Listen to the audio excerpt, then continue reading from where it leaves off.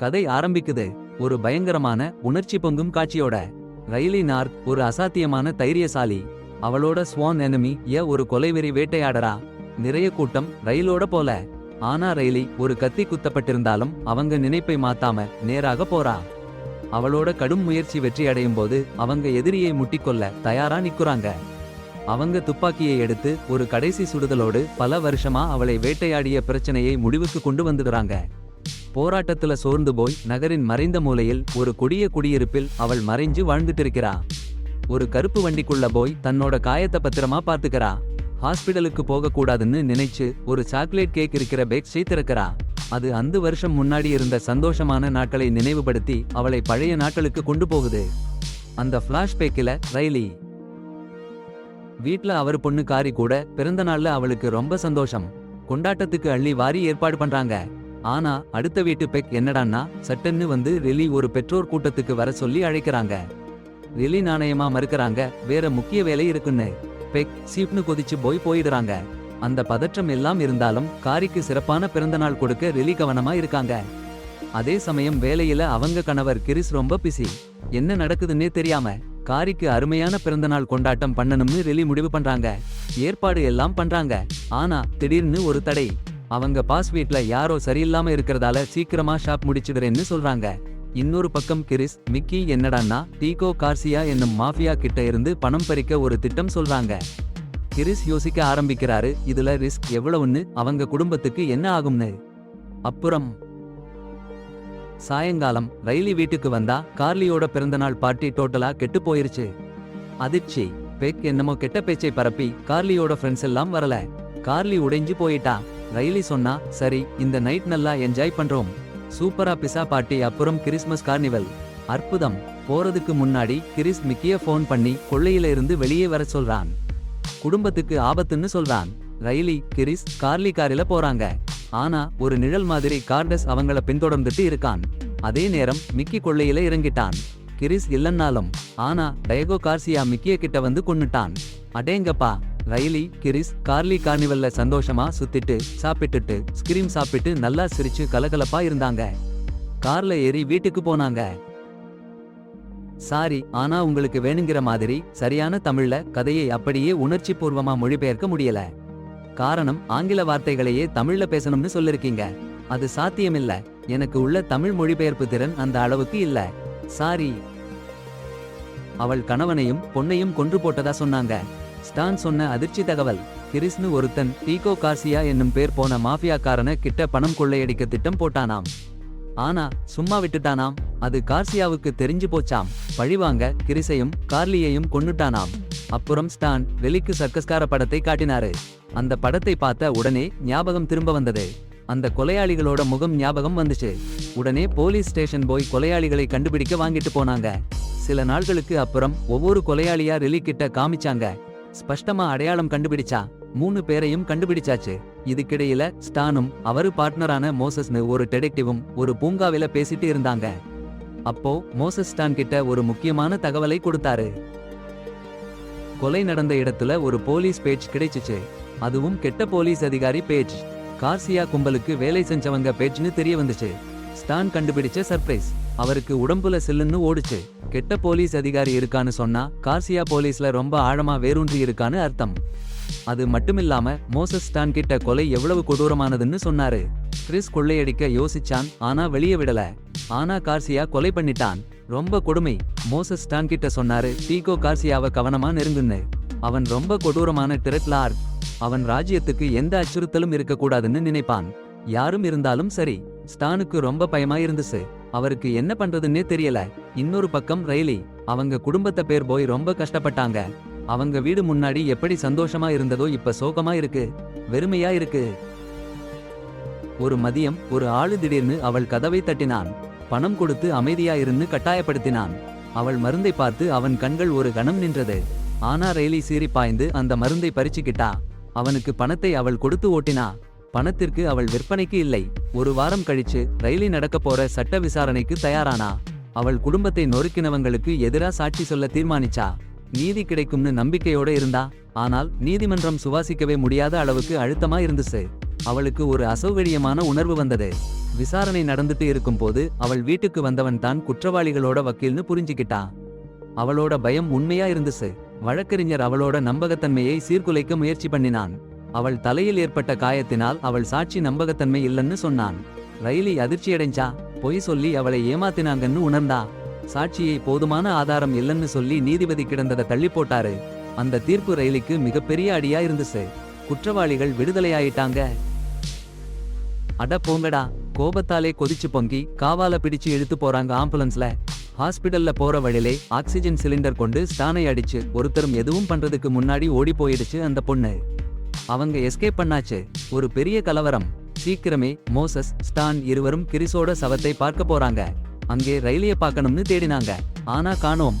எந்த குறிப்பும் இல்ல. தேடுறது வெறும் வெறுமையா முடிஞ்சு போச்சு. பல வருஷம் கழிச்சு ஒரு சர்க்கஸ்ல ஒரு அதிர்ச்சி செய்தி. 3 ஆம்பளைங்களோட டெட் பாடி ஜாலி கேர்ல மேல கிடக்கு. ஸ்டான், மோசஸ் அங்கே போயிருக்காங்க. கிறிஸ் காரில கொலை பண்ணின அந்த 3 டெவில்ஸ் தான். கொலை பண்ணினவங்க சாவா இருக்காங்க. ஒருத்தர் வெஞ்சன்ஸ் எடுத்துட்டாரு. FBI ஆபீஸ்ல லீசா இல்மான் வேலையில முழுசா மூழ்கி இருந்தாங்க. அப்பதான் லீ உடனே வர வந்தாரு. அவசரமான நியூஸ் கொண்டு. ஒரு பொண்ணு துப்பாக்கி திருடினதா கேஸ் பதிவு பண்ணிருக்காங்க. சிசிடிவில சந்தேக நபர் ஒருத்தி. அந்த நேரம் லிசா பார்த்தா. அதிர்ச்சி. சந்தேக நபர் ரைலி தான். உலகம் முழுக்க தலை சுற்றுது. சீக்கிரமா என்ன பண்ணலாம்னு லிசா டென்ஷன்ல. அப்போ கிரைம் ஸ்பாட்டில ஸ்டான், மோசஸ் சந்தேகங்களை கூர்மையா பார்த்துட்டு இருக்காங்க. அப்பதான் ஸ்டானுக்கு லிசா போன் பண்றாங்க. அதே சமயம் ரைலி காயத்தை சரி பண்ணிட்டு துப்பாக்கியோட மறுபடியும் வேட்டையாடுறாங்க. பின்னாடி FBI ஆபீஸ்ல லிசா, ஸ்டான், மோசஸ் சந்திக்கிறாங்க. ரைலி எவ்வளவு டென்ஷன் கொடுக்கறாங்கன்னு லிசா சொல்றாங்க. பல இடங்கள்ல துப்பாக்கி திருடின சிசிடிவி ஃபுட்டேஜ் காமிக்கிறாங்க. ரைலி ஒரு பெரிய திட்டம் போடுறாங்கன்னு தெரிய வர்றது. அதிகாரிகள் திட்டம் போடுறதுக்குள்ள ரைலி அடுத்த திட்டத்தை செயல்படுத்த ஆரம்பிச்சுட்டாங்க. பல வருஷத்துக்கு முன்னாடி அவங்க கேஸை கெடுத்த லஞ்சம் வாங்குற ஜட்ஜ் கிட்ட போறாங்க.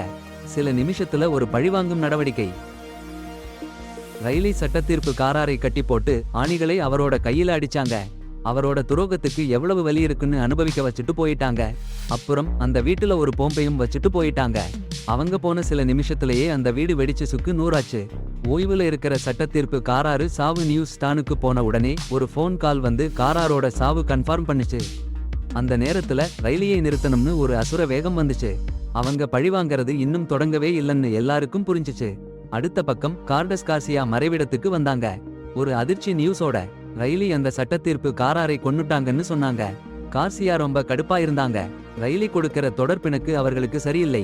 அவரை கைது பண்ணுறவங்களுக்கு பெரிய பரிசு வச்சு கார்டஸ் கிட்ட ரைலியை கொல்ல சொன்னாங்க. அந்த டென்ஷன் நிறைஞ்ச சூழல்லையே கார்சியா அவரோட பார்ட்னர் ஒர்டேகாவை சந்திச்சாங்க. ஒரு வாரத்துல 2 டிரக்லோடு மருந்து காணாம போச்சுன்னு ஒர்டேகா சொல்லி கடுப்பா இருந்தாங்க.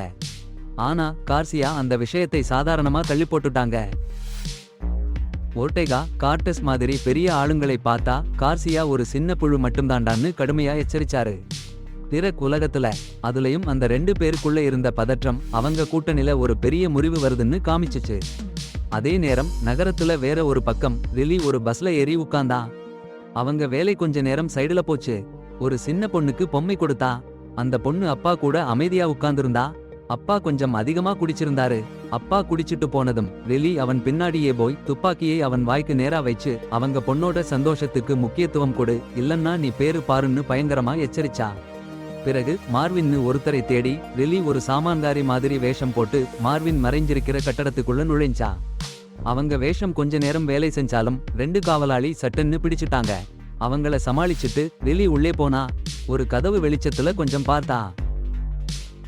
சாரி, உங்களோட வேண்டுகோளுக்கு ஏத்த மாதிரி நான் தமிழ்ல பேச முடியாது.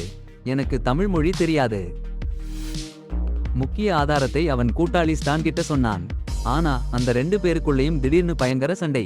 மோசஸ் ஸ்டான் கவனச்சிதறலா இருக்கான்னு குற்றம் சாட்டினான். லிசாவோட காதல் அவன் புத்திசாலித்தனத்தையே மறைச்சிடுச்சுன்னு சொன்னான். அந்த கடுமையான சண்டை லிசா வந்ததால திடீர்னு நின்னுச்சு. அலுவலக வேலை எப்படி போகுதுன்னு பார்க்க ஆர்வமா வந்தா. ஸ்டான் அவளை அலுவலகத்துக்கு அழைச்சிட்டு போறேன்னு சொன்னான். இந்த இடத்துல கார்சியா அவன் நம்பிக்கை நண்பன் மார்வின் இழப்பால அதிர்ச்சியில இருந்தான். லிலி மார்வின் இருக்கிற இடத்தை எப்படி தெரிஞ்சுக்கிட்டான்னு அவன் கோபப்பட்டான். அவள் அவங்கள டிராக் பண்ணி இருக்கலாம்னு சொன்னான். கார்சியா ரொம்ப கோபமாயிட்டு லிலியை அழிக்க ஒரு கொடிய பொறி வைக்க முடிவு பண்ணான். லிலி கார்சியா திட்டத்தை தெரியாம அவன் எதிரி தளத்தை மேல தாக்குதல் நடத்த கவனமா தயாராயிட்டா. அவன் தளத்த எல்லா விவரங்களையும் கவனமா படிச்சு அவனை அழிக்க முடிவு பண்ணா. அதே சமயம் ஸ்டானும் லிசாவும் நவீன கண்காணிப்பு கருவிகளை பயன்படுத்தி வெளியே பின்தொடர்ந்தாங்க. சாட்டிலைட்ல கண்காணிச்சு அடுத்த நகர்வை கணிக்க முயற்சி. ரயிலி காட்சியா கிட்ட போனா. அட டேய், ஒரு சத்தமில்லாம நகர்ந்து போனா. ஏதோ சரியில்லைன்னு புரிஞ்சுச்சு. அப்புறம்தான் காட்சியா வைச்ச வெடிகுண்டு கிணங்க கிடைச்சுது. அவளை வெடிச்சு தூக்க வைக்கிறதுக்கு ஓட முயற்சி பண்ணா. காட்சியா டீம்ல ஒருத்தன் கண்டுபிடிச்சிட்டான். வெடிகுண்டை தூண்டிவிட்டான். அடேங்கப்பா, கட்டிடம் முழுசா வெடிச்சு சிதறியது. கல்லு கட்டா மாறிடுச்சு. அப்புறம் லிசாவும் ஸ்டானும் ஒரு அலாரம் கிடைச்சது. கிடங்கில் வெடிச்சுன்னு அவசரமா போனாங்க. என்ன காட்சி? நெருப்பு, சிதைவு, கலவரம். லிசா விசாரிக்க போனா. ஸ்டான் ஒரு போன் அட்டென்ட் பண்ணான். மோசஸ் சொன்னான், அது காட்சியாவோட முக்கிய மறைவிடம்னு. யாருக்கும் தெரியாம ரயிலி நினைக்கூறான தப்பிச்சா. ஒரு பெரிய வெடிப்புக்கு முன்னாடி ஒரு பாதாள நீர்வழி சுரங்கத்துக்குள்ள போய் நனைஞ்சு தீர்மானமா வெளியே வந்தா. அப்பவே ஒரு காரை நிறுத்தி புடம் போட்டு ஓட்டி போனா. கார்சியாவோட டீம் போற காரை விரட்டி போனா. ஒவ்வொரு கிலோமீட்டர்லயும் கார்சியாவோட வேலையை அழிக்கணுங்கிற தீர்மானம் அவ மனசுல அள்ள வந்தது. அதே சமயம் கார்சியாவுக்கு போன் வந்தது. அவன் ஆட்கள் ரயிலி வெடிச்சு போச்சுன்னு போய் சொன்னாங்க. கொஞ்ச நேரத்துக்கு அப்புறம் ரயிலியை கண்டுபிடிக்கணும்னு தீர்மானிச்ச லிசா ஒரு குழுன்னு சேரிக்குள்ள போனா. ஒரு ஏழைய பார்த்து எதுவும் தெரியுமான்னு கேட்டா. அந்த ஏழை அங்க உள்ள மக்களுக்கு உதவி பண்ணின ஒரு தெய்வத்தை பத்தி சொன்னான். லிசாவுக்கு ஆர்வம் வர ஒரு புது வழி கிடைச்சது. அதே சமயம் ரயிலி கார்சியாவோட ஆட்களை ஒரு வெறிச்சோர்ந்த ரோட்டுல சந்திச்சா. நல்ல திட்டமிட்டு அவங்க காரை தாக்கி எல்லாரையும் ஒரு கணத்திலேயே அழிச்சிட்டா. கார்சியா வீட்ல டிவில நியூஸ் பார்த்துட்டு இருந்தப்போ கார் திருட்டு சம்பவம் ஒன்னு கேட்டான். சும்மா பாருங்க, அவருக்கு உடனே அந்த திருடப்பட்ட கார் தெரிஞ்சு போச்சு. அது அவருடைய ஆளுடைய காரா இருந்தது. அடுத்த நொடி அந்த கார் அவருடைய வீட்டு வாசல்ல வந்து நின்றது. அது அவங்க டீம்னு நினைச்சு காப்பாளங்க கேட்டை திறந்தாங்க. ஆனா ரிலே அந்த காரை பின்தொடர்ந்து வந்து அவங்களை சுட்டு போட்டா. அடேங்கப்பா, ரிலே வராங்கன்னு தெரிஞ்ச உடனே கார்சியா வேகமா யோசிச்சாரு. வீட்டை இருட்டாக்க சொன்னாரு. அவருடைய ஆட்களுக்கு பாதுகாப்பு நிலைமை எடுக்க சொன்னாரு. அடுத்த நொடி ரிலே தயக்கமில்லாம கவனமா வீட்டுக்குள்ளே நுழைஞ்சா. எதிரில வர்ற எல்லாத்தையும் அழிச்சிட்டு போனா. சூடு பிடிச்ச சண்டை. கொஞ்ச நேரத்துல கார்சியாவை பிடிச்சா. அவங்க இலக்கை பார்த்த உடனே ரிலே துப்பாக்கியை எடுத்தா. கடைசி அடியை போட போனா. ஆனா கார்சியாவுடைய சின்ன பொண்ணை பார்த்தா. அவங்க பொண்ண மாதிரி இருந்துச்சு. அந்த சின்ன நொடி தயக்கம்ல கார்சியாவுக்கு வாய்ப்பு கிடைச்சிச்சு. ரிலேவை குத்திட்டாரு. சைரன் சத்தம் கேட்க ஆரம்பிச்சது. ரிலே காயமடைஞ்சு வேகமா ஓடி போயிட்டா. பிறகு ஒரு பாதுகாப்பான இடத்துல சரணடைஞ்சா. பேக் வீட்ல அவனை கட்டி போட்டாச்சு. அப்புறம் அவங்க காயத்தை பார்த்துக்கிட்டாங்க. அதுக்கு அப்புறம் ரிலி கல்யாண மோதிரம் பத்தி கேள்வி கேட்டா.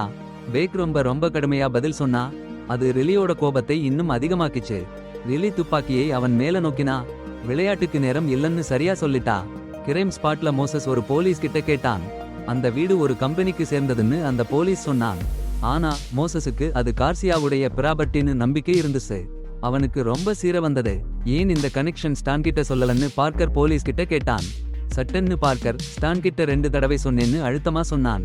ஸ்டானோட உண்மையான நோக்கம் பத்தி சந்தேகம் வந்துருச்சு. ஸ்டான் ஒரு கெட்டுப்போன ஏரியால திரிஞ்சுட்டு இருந்தான். அப்ப லிசா சந்திச்சான். அவள் கருப்பு வான் ஒன்னு காமிச்சா. அதுல சட்டவிரோத ஆயுதங்கள் நிறைய இருந்துச்சு. அப்ப லிசா சொன்னா, வெளியையும் கார்சியாவையும் நிறைய வருஷமா விசாரிச்சுட்டு இருக்காங்கன்னு. அவங்களை பிடிச்சே ஆகணும்னு தீர்மானிச்சுட்டாங்கன்னும்.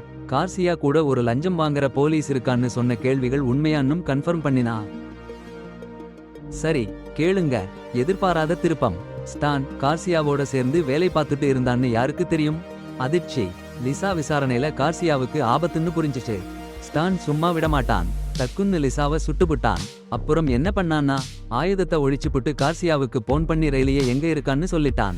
கார்சியாவும் அவன் டீமும் அந்த சேரி பகுதியில இறங்கி ரயிலிய தேட ஆரம்பிச்சாங்க. ஒவ்வொருத்தராவும் தேடினாங்க. ஆனா ரயிலி ரெடி ஆயிருந்தா. காயத்துல வலி தொல்லைன்னு எல்லாம் இல்லாம. சூழலை நல்லா உபயோகிச்சு அவங்க எல்லாரையும் சமாளிச்சா. ஒரு பெரிய பீரோவை உருட்டிவிட்டு கார்சியா டீம்ல ஒருத்தரை நசுக்கி போட்டா. அப்புறம் கார்சியா டீம் வச்சிருந்த ரேடியோ கிடைச்சுது. அதை யூஸ் பண்ணி கார்சியாவுக்கே போன் பண்ணா. சரணடையுங்க இல்லன்னா உங்க டீம் எல்லாரும் சாகும்னு தீர்மானமா சொன்னா. ஆனா கார்சியா சிரிச்சான். அவன் டீம் பலமா இருக்குன்னு நம்பினான். ரயிலி தேடிக்கொண்டே இருந்தா. ஒரு சத்தம் கேட்டது. சடாரென்று போன் ரெங் பண்ணுச்சு. அந்த சத்தத்தை கேட்டு அவ ஒரு பெட்டிய குப்பை தொட்டியில நிஜமா கண்டுபிடிச்சா. அதுல என்ன இருந்துச்சுன்னா, லீசா உயரற்ற உடம்பு. அடடா, அதிர்ச்சி.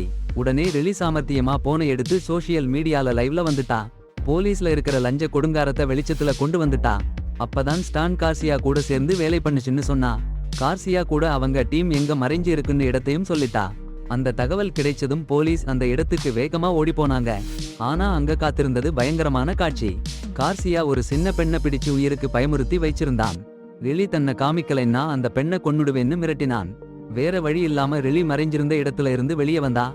சின்ன பெண்ணை காப்பாத்த வந்தா. கார்சியா அவன் கடுமையான கோபத்தை வெளிப்படுத்தினான். ரிலி மேல காட்டுத்தனமா அடிச்சான். ஆனா ரிலி சொல்ல மாட்டாங்க. அவன் காலம் கழுவா நேரம் கிடைக்கிறதுக்கு அவனை அவமானப்படுத்தி சொல்லிட்டு இருந்தா. சைரன் சத்தம் கேட்க ஆரம்பிச்சதும் கார்சியா அவன் டீம் நடுங்க ஆரம்பிச்சிடுச்சு. கார்த்திகைக்கு அவங்க தப்பிச்சிற வழி அடைஞ்சு போச்சுன்னு தெரிஞ்ச உடனே அதிர்ச்சியில கார்சியா தன் துப்பாக்கியை ஸ்டான் கிட்ட சுடுறான். கொலைவெறியோட துரோகத்தோட. அந்த குழப்பத்துல ரைலி கார்சியாவை பிடிச்சிக்கிறா. அவங்க கோபமும் துக்கமும் அவங்களை வேற மாதிரி ஆக்கிடுச்சு. அடிச்சு அவங்க வாழ்க்கையை நாசமா பண்ணினவனை தரையில் போட்டு விட்டா. கார்சியா எதுவும் பண்ண முடியாம நிலத்தில விழுந்து கிடக்கிறான்.